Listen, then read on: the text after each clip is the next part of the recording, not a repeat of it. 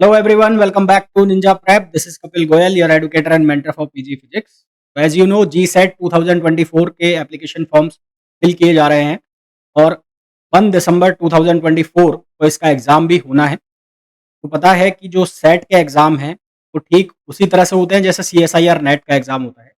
Net का जो exam होता है, उसकी जो एलिजिबिलिटी है, यानी कि उसको जो क्लियर कर लेता है, तो उसकी जो एलिजिबिलिटी है पूरे नेशनल लेवल पर होती है, जबकि हर स्टेट का अपना सेट का एग्ज़ाम होता है जिसको वो क्लियर करता है कोई भी बच्चा, तो उस पर्टिकुलर स्टेट के अंदर निकलने वाली तो असिस्टेंट प्रोफ़ेसर, प्रोफ़ेसर, लेक्चरर वाली जो पोस्ट होती है उनके लिए फिर वो एलिजिबल हो जाता है ना। स्टेट की जो प्रोफ़ेसर वाली जो जॉब निकलती है उनके लिए एलिजिबिलिटी माँगी जाती है, या तो आपने सेट क्लियर किया हो या आपने CSIR नेट क्लियर। तो अभी दिसंबर में WB यानी कि वेस्ट बंगाल का भी सेट एग्ज़ाम होने वाला है, टी-सेट भी होने वाला है। तो अभी इनके पीवाईक्यू सीरीज़ मैं स्टार्ट कर रहा हूँ। तो ये जो सीरीज़ है, ये उन बच्चों के लिए भी यूज़फुल होगी जो कि गेट के एग्ज़ाम की प्रिपरेशन कर रहे होंगे, गेट फिज़िक्स की, या फिर नेट एग्ज़ाम की प्रिपरेशन कर रहे होंगे। साथ ही साथ जो पॉलिटेक्निक लेक्चरर की जो वैकेंसीज़ निकली हुई है उसके लिए प्रिपरेशन कर रहे हैं, या फिर जैसे हरियाणा में असिस्टेंट प्रोफ़ेसर की वैकेंसी निकली हुई है तो उनके लिए भी ये जो लेक्चर है यूज़फुल होने वाले हैं, क्योंकि क्वेश्चन तो लगभग सेम ही रहते हैं।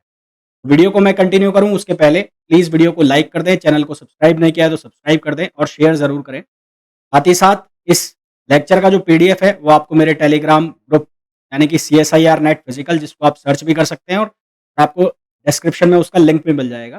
तो उसको फॉलो कर लें क्योंकि इनकी जो पीडीएफ है वो आपको सभी वहीं पर मिलने वाली है। चलिए स्टार्ट करते हैं। 2023 का जो पेपर है उसका मैं सॉल्यूशन करवा रहा हूँ आज। तो सबसे पहला जो पार्ट लिया है मैंने इसमें, उसमें थर्मोडायनामिक्स वाला पार्ट लिया है। तो इसमें हमें बोला गया है, पहला क्वेश्चन जो है उसमें बोला गया है which of the following is not exact different. Exact differential इनमें से कोई नहीं है। जो एग्जैक्ट डिफरेंशियल होते हैं वो होते हैं पॉइंट फंक्शन। वो भी एग्जैक्ट डिफरेंशियल होते हैं, वो पॉइंट फंक्शन होते हैं। हमारे पास एक लिखा होता है डेल क्यू, आपने ऐसे लिखा देखो। एक देखा होगा आपने डेल डब्ल्यू। ये दोनों जो हैं ये इनएग्जैक्ट डिफरेंशियल होते हैं, इनएग्जैक्ट। ये दोनों जो हैं ये इनएग्जैक्ट डिफरेंशियल होते हैं। इनएग्जैक्ट डिफरेंशियल का मतलब ये होता है कि आप इनको ऐसे नहीं लिख सकते, Q2 माइनस Q1 या फिर Q1 माइनस Q2 के फॉर्म में आप इनको नहीं लिख सकते। इसी तरह से डेल डब्ल्यू को आप ऐसे नहीं लिख सकते, W1 माइनस डब्ल्यू। क्यों? क्योंकि ये होते हैं path function.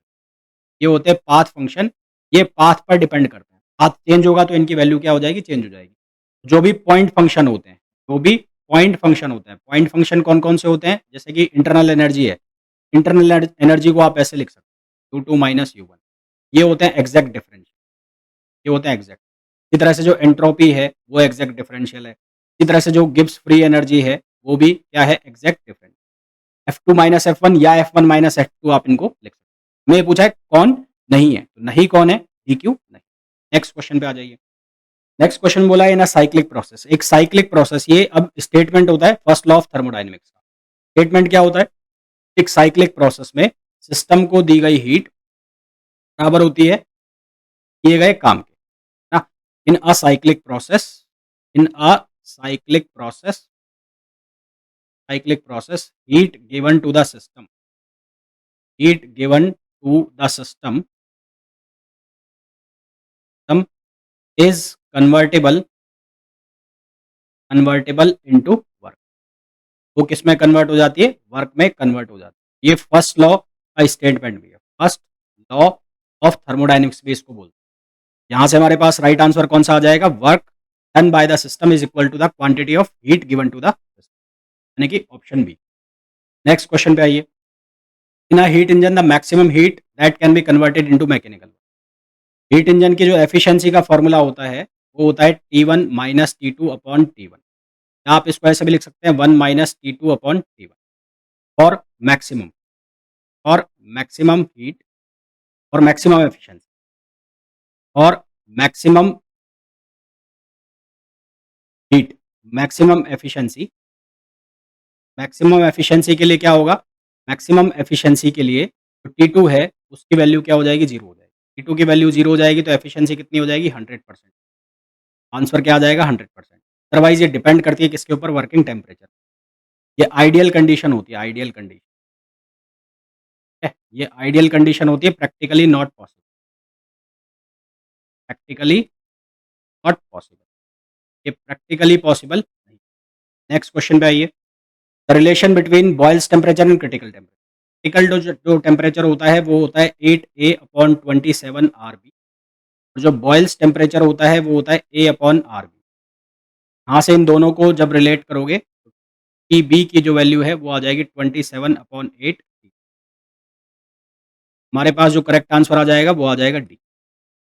Carnot engine operating between 27, तो यहाँ पर T2 की जो वैल्यू है वो दे रखी है 27 डिग्री सेंटीग्रेड। केल्विन में कन्वर्ट कर लो, ये हो जाएगा 300 केल्विन। T1 की जो वैल्यू है वो है 120 डिग्री सेंटीग्रेड, केल्विन में कन्वर्ट कर लो, ये हो जाएगा 4 केल्विन। एफिशिएंसी निकालनी है तो T1 minus T2 upon T1 into 100, ये परसेंटेज के लिए है। यहाँ से बनेगा 400 माइनस 300 अपॉन 400 इंटू 100। सॉल्व करोगे तो आंसर आ जाएगा कितना, 25%। सॉल्व करोगे आंसर कितना आ जाएगा, 25%, विच इज ऑप्शन। में बोला गया two ends of the rod kept at 127 degree centigrade and 227 degree centigrade and 2000 calorie of heat flows in this rod. Change in entropy निकालना है तो ds बराबर हम क्या करेंगे, del Q upon del T कर देंगे। यहाँ से ds की वैल्यू, डेल क्यू की वैल्यू कितनी हो गई 2000, और ये कितना हो जाएगा 227 प्लस केल्विन में कन्वर्ट कर दो। केल्विन में कन्वर्ट करोगे तो 273 जोड़ दोगे इसमें, तो ये हो जाएगा 500 और माइनस ये हो जाएगा 400। आंसर आ जाएगा यहाँ से 20 कैलोरी पर केल्विन। आंसर आ जाएगा हमारे पास 20। नेक्स्ट क्वेश्चन पे आइए। रिवर्सिबल साइकिल के लिए हमें इनइक्वालिटी, क्लैसियस इनइक्वालिटी की वैल्यू बतानी है। क्लैसियस इनइक्वालिटी को कैसे लिखा जाता है, del Q upon T equals to 0। ये किसके लिए होता है, ये होता है रिवर्सिबल। रिवर्सिबल इसी तरह से del Q upon T less than 0 ये होता है इरिवर्सिबल, ये होता है इरिवर्सिबल के लिए। और इसी तरह से del Q upon T greater than 0 ये इम्पॉसिबल, ये होता है इम्पॉसिबल। में क्या पूछा गया है, हमें पूछा गया है रिवर्सिबल। रिवर्सिबल का जो हमारे पास सही आंसर है वो आ जाएगा सी। नेक्स्ट क्वेश्चन पे आइए। Volume of 1 gram gas becomes 4 time in isothermal expansion. Isothermal expansion में एंट्रोपी हमें पूछी है, तो एंट्रोपी ds बराबर क्या हो जाएगी डेल क्यू अपॉन टी। ठीक है, डेल क्यू अपॉन टी हो जाएगी। तो यहाँ से सबसे पहले आप डेल क्यू, तो आइसोथर्मल प्रोसेस के लिए, आइसोथर्मल के लिए डेल क्यू की वैल्यू किसके बराबर होती है, वर्क डन के बराबर होती है। ये किसके बराबर होती है, R T L N V two upon V one. मैं क्या करूँगा, यहाँ पर ये वैल्यू डाल दूंगा, R T L N V two upon V one, और ये टी से टी कैंसिल हो जाएगा। हमारे पास डी एस की जो वैल्यू बचेगी वो बचेगी आर एल एन। वॉल्यूम जो है वो 4 टाइम्स हो गया, तो यहाँ पर क्या आ जाएगा, 4 आ जाएगा। इसको जब हम सिंप्लीफाई करेंगे तो एंट्रोपी जो हमारे पास आएगी वो आएगी 2.754, 2.754 कैलोरी पर केल्विन। ये हमारे पास आंसर आ जाएगा, जो कि हो जाएगा ऑप्शन। नेक्स्ट क्वेश्चन पे आइए। Determine the Joule Thomson coefficient का जो फॉर्मूला होता है वो होता है mu CP 2a upon R T minus B, ये फॉर्मूला होता है। म्यू निकालना है आपको, सीपी की वैल्यू आपको कितनी दी हुई है, वो दी हुई है 29.26, 2a, ए की वैल्यू आपको कितनी दी है, ए की वैल्यू आपको गिवन है 0.132।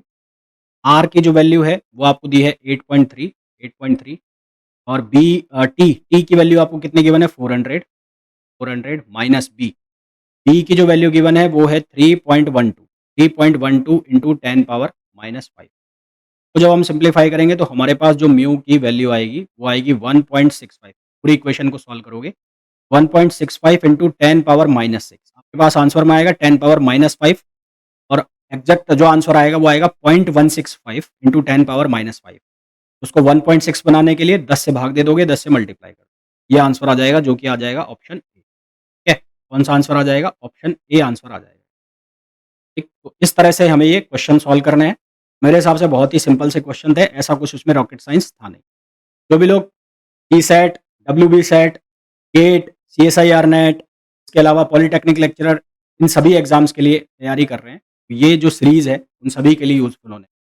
आने वाले दिनों में मैं डब्ल्यू बी सेट के भी पी वाई क्यूज़ कराऊंगा, तो उन्हें भी ज़रूर देखिएगा। ये पी वाई क्यूज़, फिजिक्स तो सेम ही है, चाहे कोई से भी स्टेट की हो। ऐसा तो है नहीं कि गुजरात में फिजिक्स अलग हो जाएगा, यूके यानी कि उत्तराखंड में अलग हो जाएगा, पश्चिम बंगाल में अलग हो जाएगा, तो क्वेश्चन वहीं से घूम फिर के आते हैं। तो ये सीरीज़ सभी के लिए यूज़फुल। वीडियो को छोड़ने से पहले प्लीज़ वीडियो को लाइक ज़रूर कर लेना, चैनल को सब्सक्राइब करना और वीडियो का जो पीडीएफ है, लेक्चर का जो पीडीएफ है, उसके लिए आपको टेलीग्राम ग्रुप जॉइन करना होगा। मिलते हैं नेक्स्ट वीडियो में, till then thank you, bye bye.